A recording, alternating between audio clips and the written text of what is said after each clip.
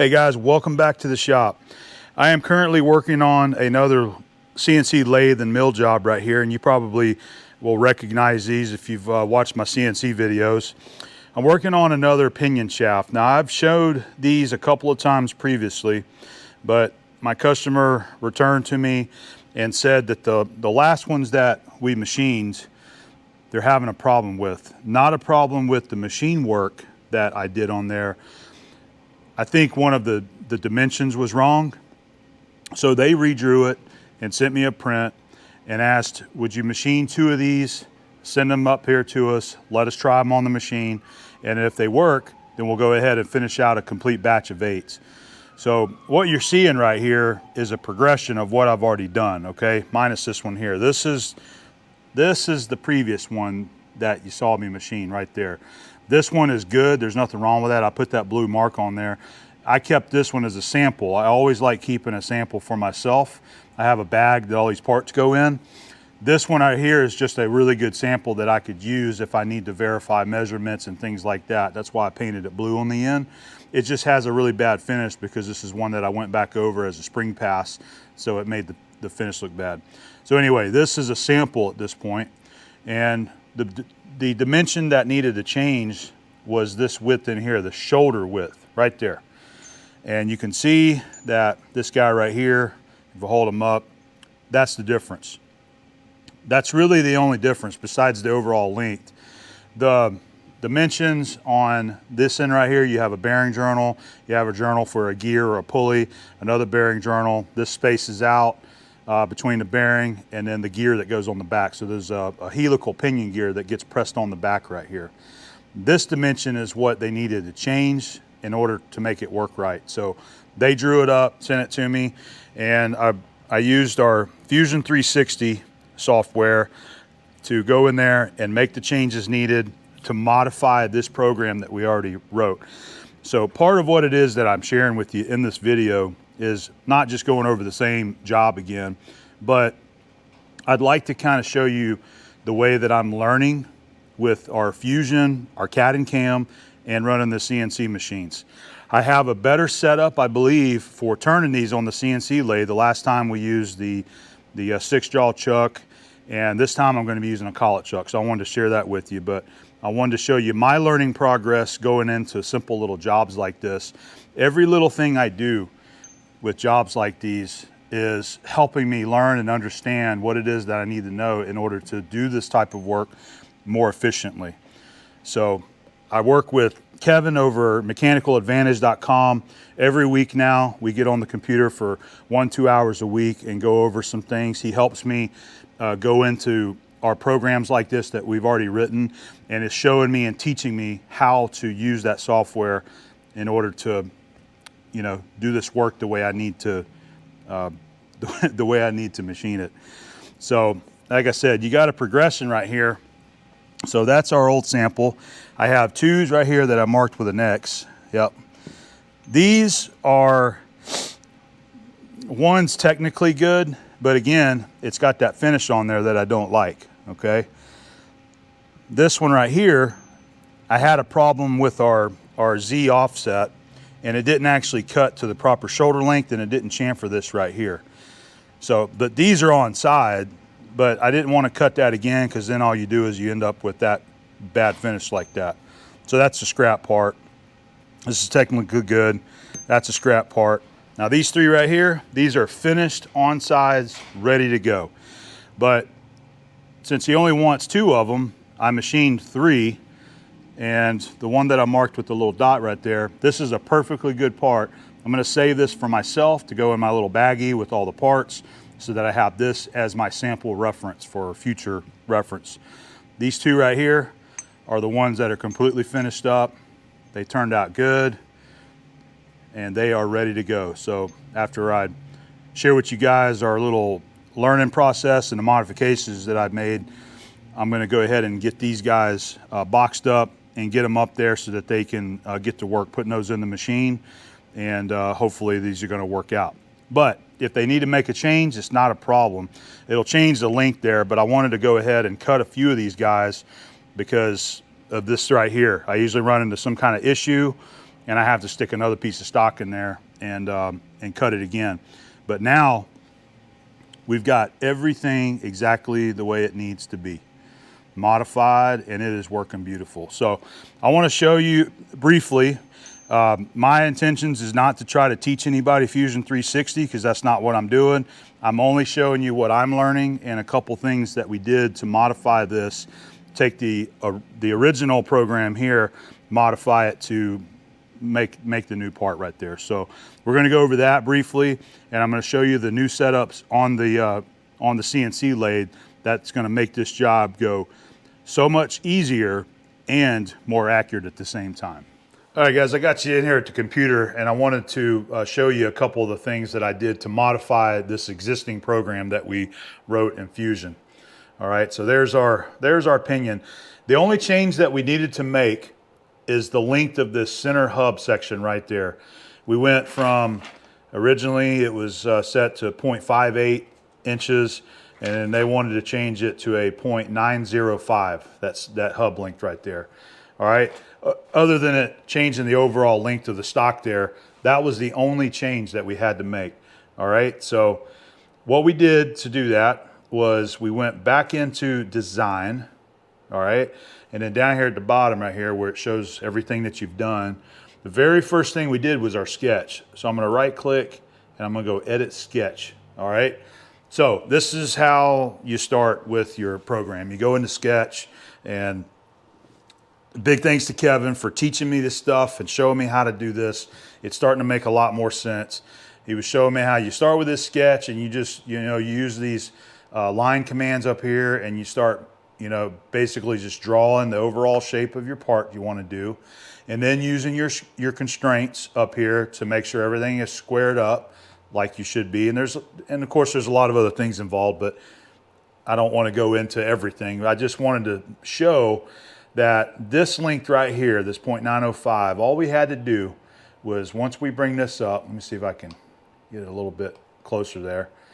On whatever dimension you want to change, you just double click it, all right, and then it highlights it. So it was originally 0.580, and I changed it to that dimension there, the 0.905. And then once you hit enter, we'll just hit enter. It changed it. You can't see it because I didn't actually change it right there. It just brought it out to where it needed to be. And all of that transfers into the CAD portion there as well, the manufacturing part of the Fusion. So very, very simple and easy to do, which when I first jumped into this and had to make a change, it wasn't that apparent to me, and I couldn't remember exactly what you had to do to make that change. But Kevin showed me. He goes, look how easy this is. So that's all we had to do, is just change that right there. I'm going to go ahead and finish sketch. All right. And then let's go back in here to manufacture. All right. All right. I'm going to home. There we go. Actually, let me flip this around. So one of the things that I decided to do, since this hub section is now longer, it provided more area for me to chuck on, which is what I had originally wanted to do. Whenever I was turning these in the lathe, I was going to turn this in. So this would be op 1, and then chuck it right here, and then turn this side. That would be op 2. I changed it around. Now this side is op 1, and it turns this journal and this journal right there as op 1. So once we do that, we'll take it and flip it around for operation 2, and we put it in a collet and hold this shank right here, and then turn that.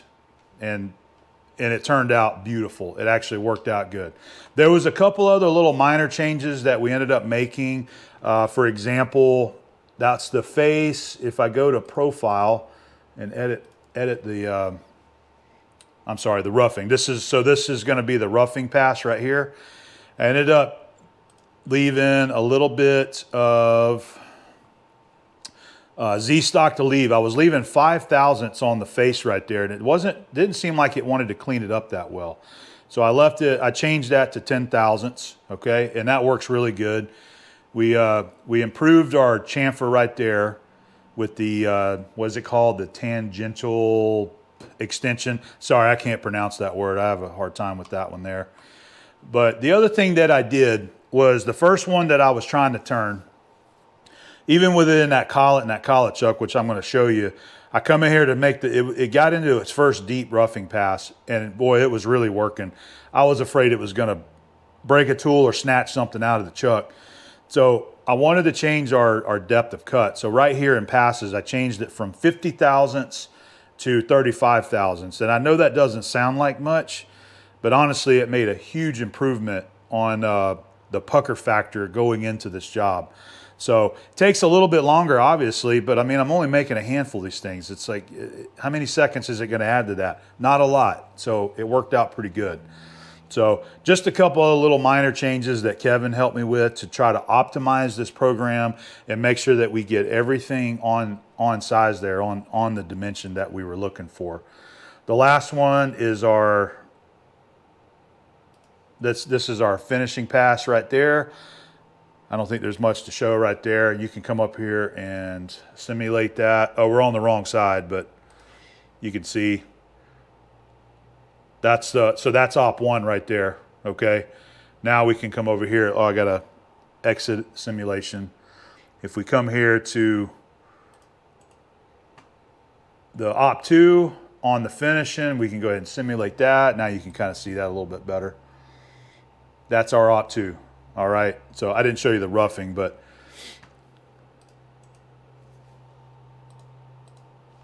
maybe I'll show you that there as well. Here, how about we do this? Let's simulate op 2. Let's go to top. Nope, man, I am just screwing this up left and right. We want to rotate it. There we go, okay. Simulate. So faced it. This is exactly what it's going to be doing in the machine. These are the roughing passes right there. And then the finish pass. Boom, you're done. Worked out great. So Kevin was a big help with this, making sure that I was making the proper changes that I needed to make to the program, and posted them out to a thumb drive and put them in the machine. So I think that's about it right there. I'm going to go ahead and we're going to go out to the Miltronic CNC lathe, and I'm going to show you what changes I made with the Workholding to make this job run a little bit more efficient and a little bit better. All right, we got you on the lathe right here. So this is the big change that we went with. This is a 5C collet chuck that I've had for some time. Actually, one of my viewers gave me this a long time ago, and I've used it a few times, and I have found it to be very, very useful for things like this, where you put it in a chuck, you can put it in a vise, whatever, put it in a milling machine, and use your 5C collets to hold your workpiece. So I still have it set up for op 2, and I'm using the 29, let me see what that was. That was 29 30-seconds 5C collet that I already had, which is the same thing. I believe it's 23 millimeters. This journal right there, which actually equals the length of it there as well. But this is the way I had it for our second op. It fits that journal just beautifully. I've got a stop in there. I'm going to take the collet out so you can see it, but just before we broke it down, I was going to show you, for the guys that don't know how these work, you take your Allen wrench and tighten it up. And what it does, it pushes this ring here, it pushes it out, which actually squeezes the collet down onto the shaft there. Can't really see it because there's really not a lot of movement, but that's all you got to do to tighten it up, and it works good. All right, so now I'm going to go ahead and take it out, or take the collet out anyway, so we can set it up for op 1, because I'm going to go ahead and I'm going to turn a couple more of these for our video so you guys can see my my turning process here of getting these guys completed. This thing can be a little fidgety, but once you get it figured out, it's pretty efficient. So there is a set screw that you can drop down into the keyway on the collet. We're going to go ahead and back that out. That's what you got to kind of get lined up, so that you have to adjust where this collet goes in and out in order to be able to properly tighten it down.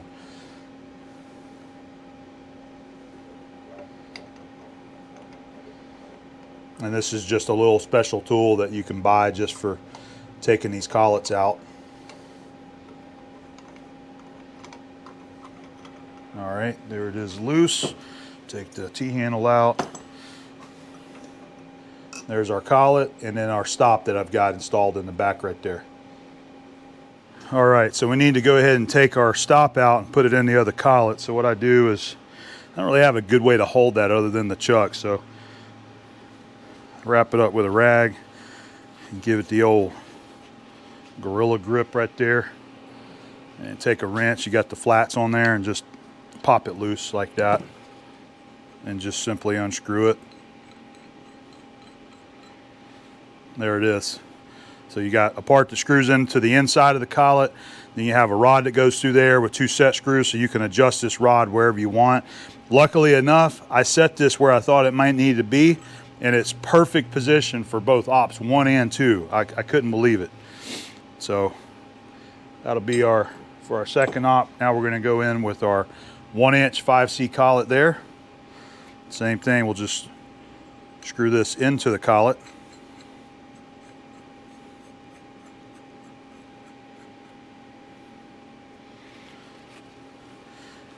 It helps if you either have a glove on or you just wrap something around it, because it'll cut you those sharp edges on it. Just go ahead and just give it like that. And now we're ready to reinstall that. I was going to point out, so having that stop is what I needed the first time, because that gives you a positive position to push your workpiece against. You know it's going to be right. The way that I was doing it last time, I was using these guys right here and just button the end of the material up and then touching the jaw with that. That's definitely a way that I'm sure everybody's done that, and it gets the job done, but it's more accurate if you have a stop like that you can push your workpiece into and then tighten your collet up. So we'll go ahead and get this installed into the chuck.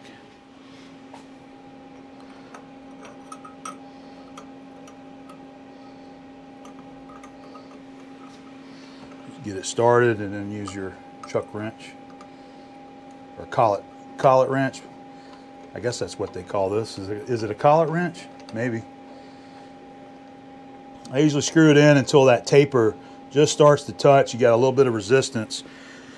And then I like to get the set screw down into the keyway. So you got to kind of align it. And usually at this point, you're either one rotation out or in.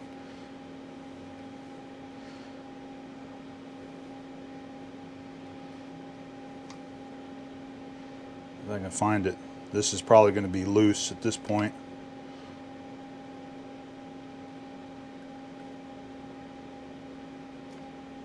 All right, I'm going to go in with it because I know it's going to be too loose.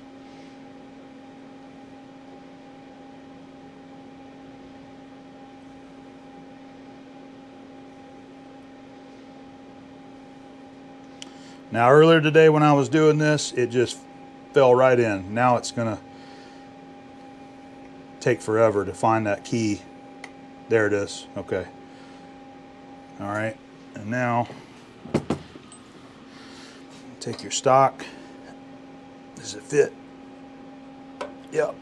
Push it into your stop and see if it locks. If it doesn't lock, it's too loose.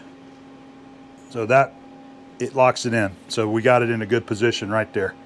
That worked out pretty good.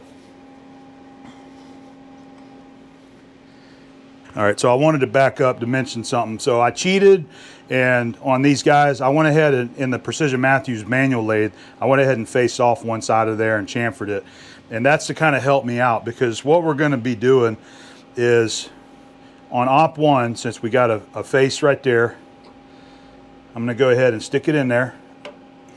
Now I've got these cut to eyeball length of 4.5 inches using my rule. They're all pretty close. They all should be within 10 or 15 thousandths max. And then tighten that up. So we'll go ahead and we'll touch the tool, G54Z, so that'll set tool number 1 on our face right there, and then it'll actually take 10 thousandths off of that. And then it'll turn it for op 1. We'll do both of them. And then what we'll do is once this is done, we'll be able to flip it around. We've got to change the collet. And then we're going to have to touch off. We'll have to measure what this length of material is at that point. We'll just measure it with calipers, jot that note down, and then flip it around, push it against your stop, and then we'll have to G54Z, our tool number 1 again, on that face right there, because we're going to be working off of this face when we're doing op 2. So your Z0 is technically back there against your work stop, but you got to have a way to measure that. So measure the material, touch it off, and then you set that Z length to whatever the length of that material is right there. So to get going, we've got to touch off the end of that workpiece there to reset our 0 for op 1. So to do that, I'm just going to go into manual mode right here on the controller and bring that back up to 100%. What I like to do is just get it really, really close and then bring this down to about 10% or so. Turn that coolant off and then walk it up until I just hear it touch. Just like that. You can kind of hear that. All right, so I'm not going to move Z. We'll stop the spindle. All right, and then we're going to hit G54Z. I like using the mouse, it just works a little bit better. G54Z, we want a 0 Z axis there. Enter, changed our Z. So now the end of that shaft is our Z0, and it'll face 10 thousandths off that once we start the program. Okay, we're ready to run op 1. Let's go for it. I'm gonna keep my hand on rad bit just in case. I'd feel better anytime I touch something off and I have to restart. I want to kind of play it safe here. And what I do is, as this thing comes up close to the work, I slow it down, and it looks like it's going to face the part correctly.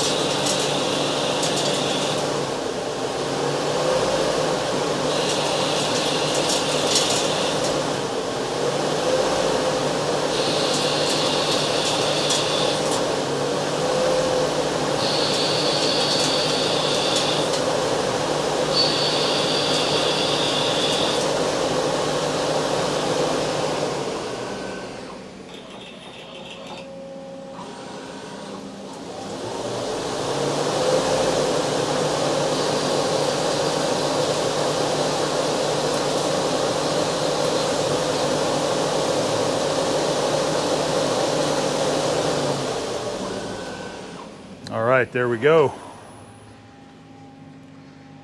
So op 1, it took 1 minute and 20 seconds right there. A couple extra seconds because I had to bring it up to 100% there. I'll go ahead and mic it and make sure we're still good on size there. All right, so we're looking for 0.590 and 6/10 is my target. And let's see what we got. We've got 590 and 5/10. All right, so I'm 1/10 under my target. I've got my target size is sort of on the maximum of our tolerance there, because I'd rather it be over than under. So right there, we're 1/10 under what my target is, so we're good. I'm not concerned about that because I know that's on size, and you can even check it with your calipers here. Should be right around 905, and it is. All right, so we're good to go. All right, so let's go ahead and take this piece out. Let's go ahead and keep it moving. We're gonna machine one more. So loosen that.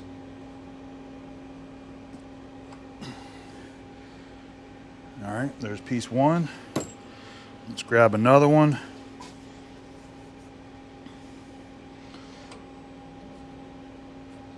Try not to slam that work stop. I just try to butt it up gently like that. Tighten it up, and we're ready to hit cycle start. All right.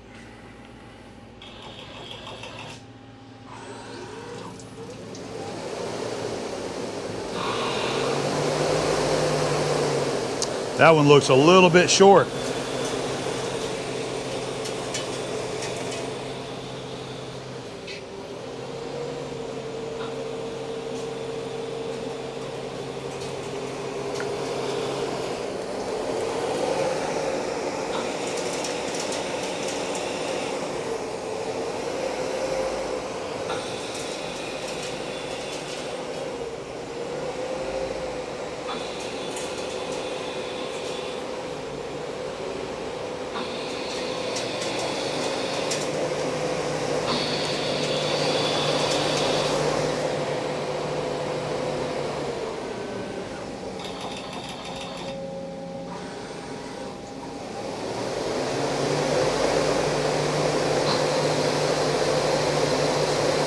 That's 3,000 RPM.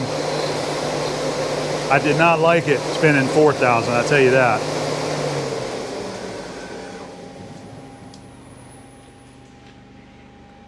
One minute, 14 seconds. All right. So what we'll do is we'll break this setup down, or break the collet down, so that we can go ahead and flip it around, and we'll go ahead and get the second op finished out now. Well, I hate that our demo here for our video isn't working out the way I want, because it didn't clean that face up right there, and it was probably because I already had it cut too short, and then when I faced it, I ended up just taking everything off of it. We'll still machine it though. We got one that's that'll work out really good. Yep, just didn't clean that up. So we're just going to reverse what we did earlier. I'm going to go ahead and take this collet back out, and we're going to put the 1-inch collet in there. All right, so we'll remove our stop, take that out, put it in our 1-inch collet now. I had that backwards. I took it out of the 1-inch collet, put it in our 29/32 collet, or 23 millimeter size for you metric guys.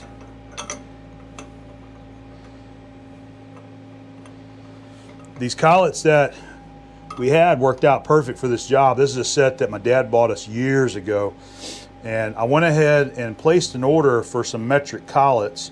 They're actually not here yet, and I got to go ahead and get started on this job because these collets work fine, these inch sizes. I think that's our set screw slot there. So let's see if our collet's going to tighten up there.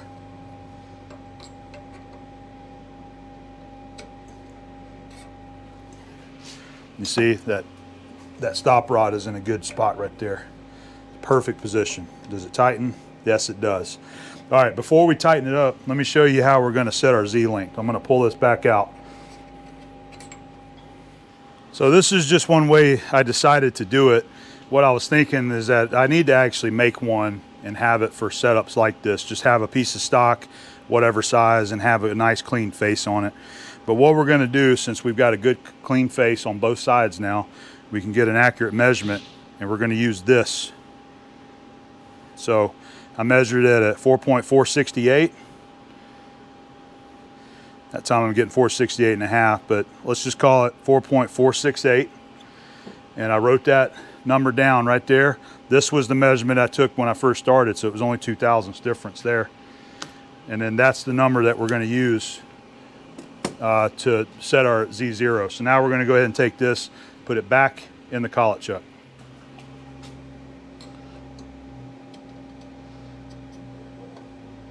All right, it's all the way back. Tighten her up. Now we'll go ahead and establish our work coordinate. I really haven't shown this, I don't think, in any of the other videos, but we have our controls here where we can manipulate this lathe manually. So I've got it up here on the controller. I've just got it in the hand wheel mode, or you can flip the switch right here to put it in manual as well. So this is for your cross slide, and of course that's for your Z movement right there. So I like to eyeball it and get it up kind of close, about like that. And then we'll change our rapid, bring our rapid way down here to 5 or 2 or 5. Sometimes I want to, in this case, I'm going to probably put it on 2% right there on rapid, because I want to creep up on this and just barely touch it. I want to hear it just rubbing. I actually don't want to cut it. So let's see if we can make that happen. Start spindle. I got that over in 2%. Now another way you can do this is with paper. That's a way that Steve Sherman showed me how to do it without even rotating the chuck. But in this case, I want to try to be as accurate as I can get it. I'm going to bring the tool in just a little bit further as well. Make sure I'm not on that radius. And I'm just moving 1/10 at a time.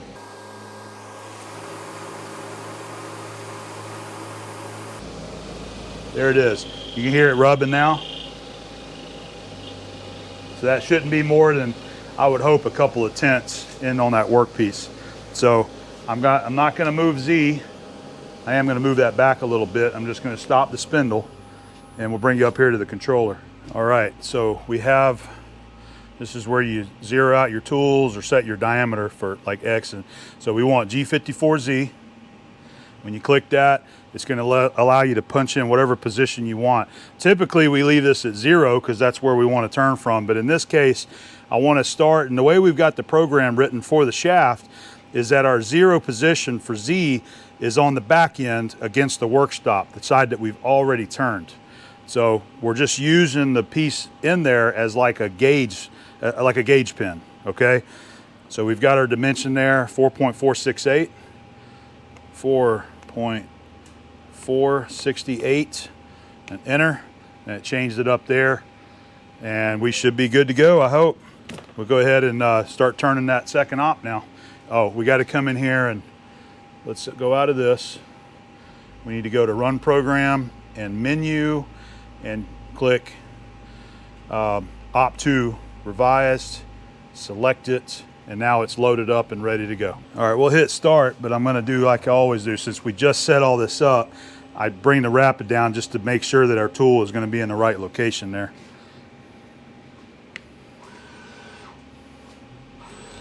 All right, slow it down, slow it down. Looks good. Yep.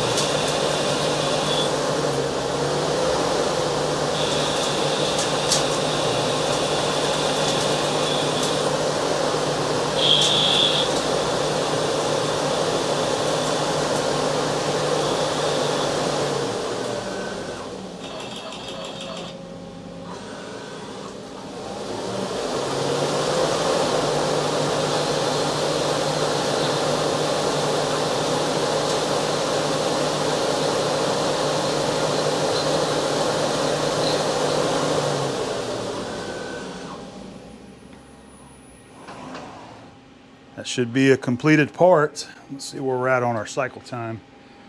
1 minute, 22 seconds. Not bad at all. Let me go ahead and mic it and make sure that we're on size. The other benefit that this setup has given me versus the last setup is that I don't have to worry about the material pushing back. That's what I kept dealing with. Even in this chuck, I was dealing with pushback issues. So with that solid stop in there with those set screws, that ain't, the kind of cuts we're making is not going to push that back. I want 591. 591 and 1/10 on that right there. So this end here is, it's always measuring about 1/10 big, and that's because of the deflection that we're getting out here. That's sticking out quite a bit. So that 1/10 deflection, I've kind of like just built into how it's going to machine as we move forward here. All right, 649.6. That is 649 and 7/10 on that. Let's see if it's a little bit up here closer. 649 and 6/10. So you got about 1/10 taper in this as you get out here to the outer end. All right, that inner bearing journal is 669.3. 669.2. So I'm happy with that. That worked out really good. We've got all of our chamfers on there and everything is good to go. So let's go ahead and take that guy out and let's go ahead and finish this up. All right, so there is one good completed shaft right there. one good completed pinion. But let's go ahead and turn our other one. This one I'm not going to use though, because it's got that saw cut in. So this is one I just messed up on previously. Didn't cut it long enough. Just going to push it against there, tighten her up, and machine it.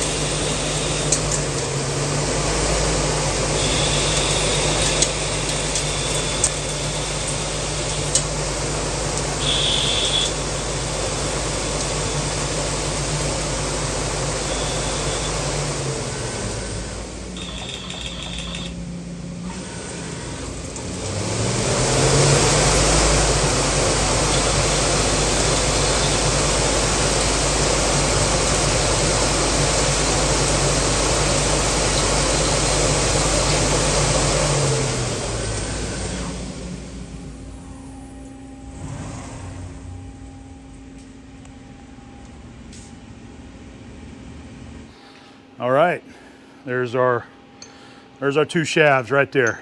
CNC machined. Didn't take long at all. I really wish that I had that one cut longer, but since we're doing this one as a demo, not a big deal. So next up, we'll take these guys over to the CNC mill and go ahead and get our two keyways milled in there now. Right now is when I believe the entire country is in a deep freeze. It's pretty cold out there for everyone, and that includes us in Northwest Florida. It is 20 degrees outside right now. That is pretty cold for us. But we do get that 2 or 3 times throughout the winter. We get down into the freezing temps, so sometimes the 20s, and occasionally might even see the teens. So a lot of people don't think that it gets that cold here in Florida, but it does. It does get cold here sometimes, just not for an extended period of time like usually the north does. So I've got my Mr. Cool heat pump on right there, got it set to 66, and I've got another one on over here behind the mill, and that keeps the shop comfortable. It really works well.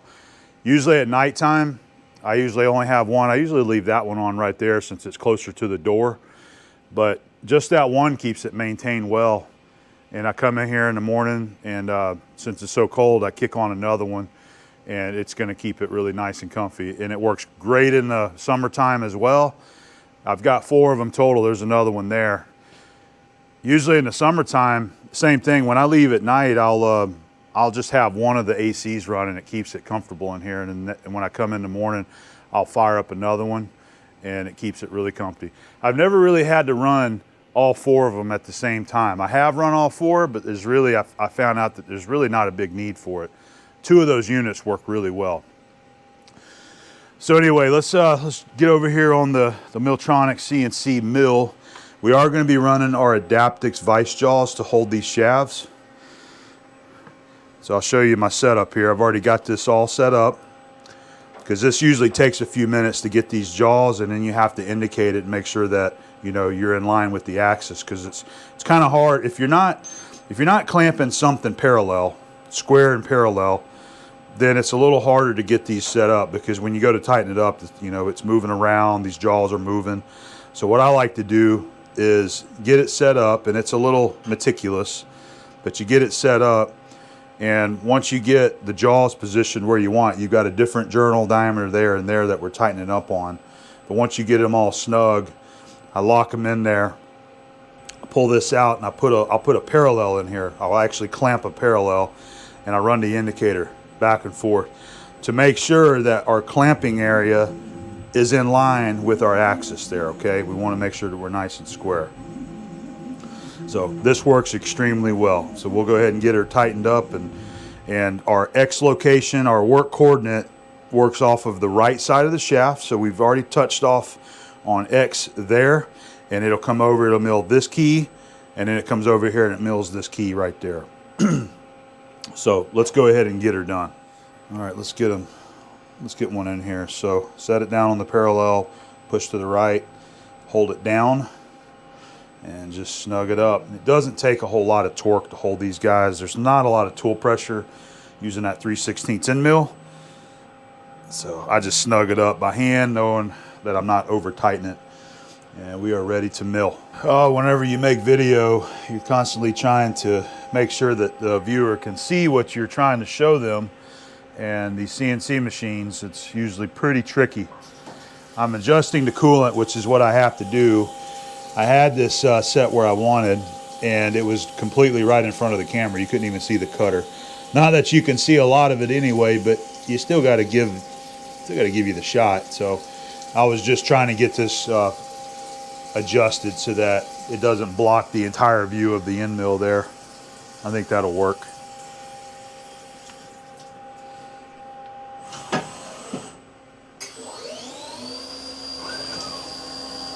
Slow it down a little just to make sure. Yep, okay.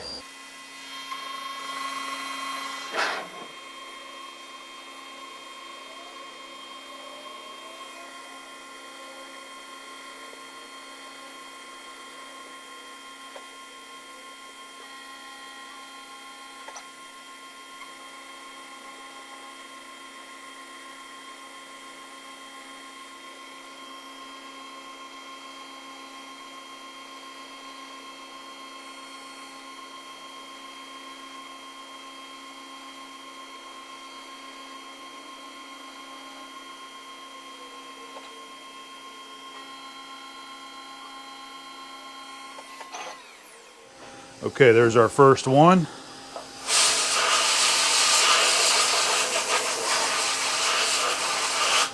By the way, I've had a lot of people ask in the comments what air gun this is.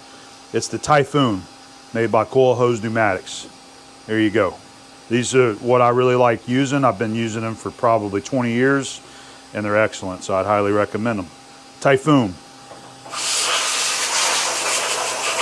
They even got these cool extensions and tips you can put on there too for doing other air gun needs.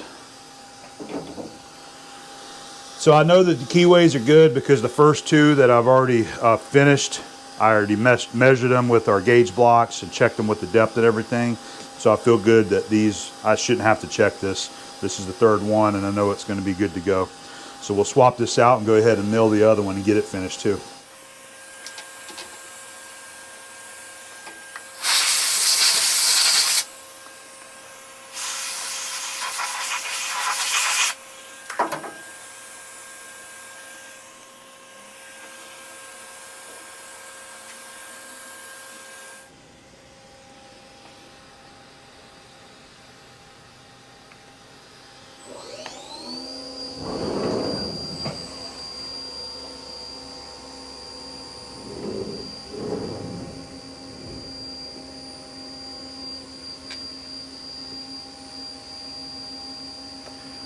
I have a hard time keeping the graphics over here where we need to go.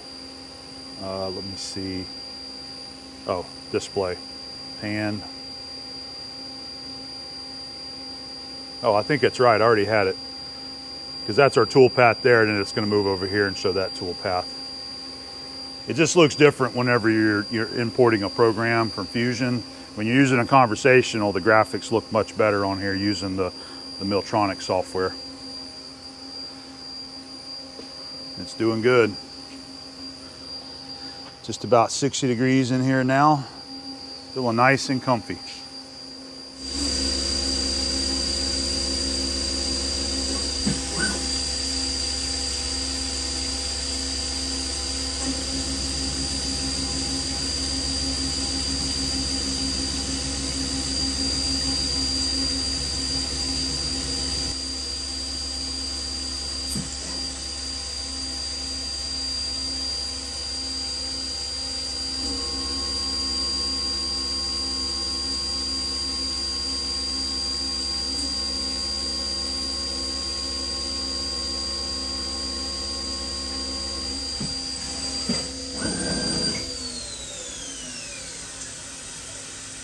All right, that's our 2 shafts done. I don't know if I showed that. We're at a cycle time of 3 minutes. Let's just call it 3 minutes right there. I am running 110%, so I just bumped it up 10% on the feeds. I feel like it was more than adequate for milling those little keys there. So that looks good. We're done.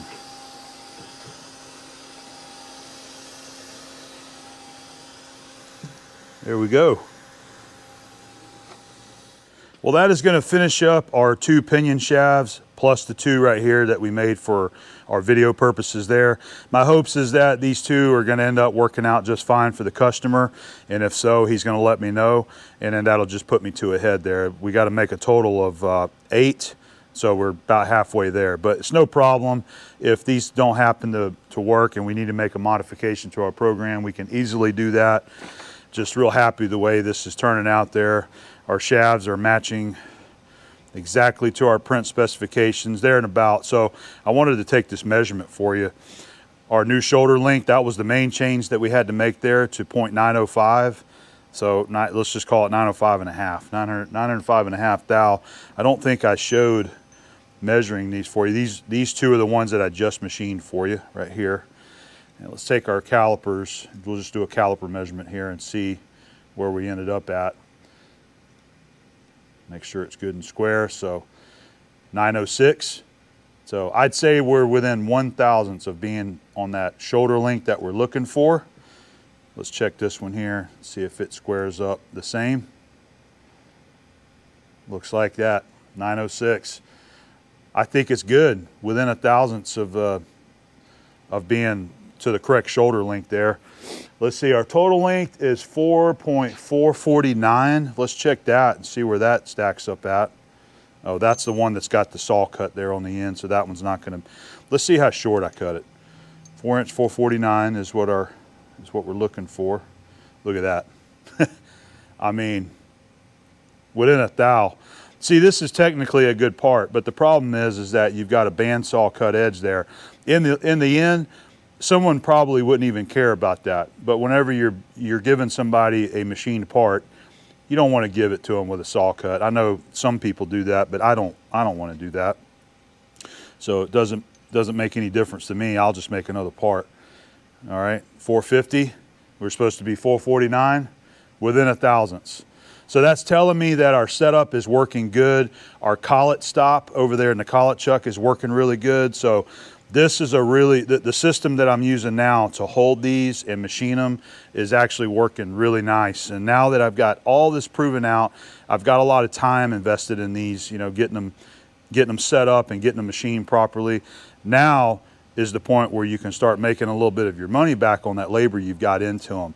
Because you saw the cycle times, it doesn't take that long, but I've got several hours invested in drawing these up with the program, because I'm learning how to do that, and then setting the machine up, figuring out how to make it cut the way I want to, safely and accurately.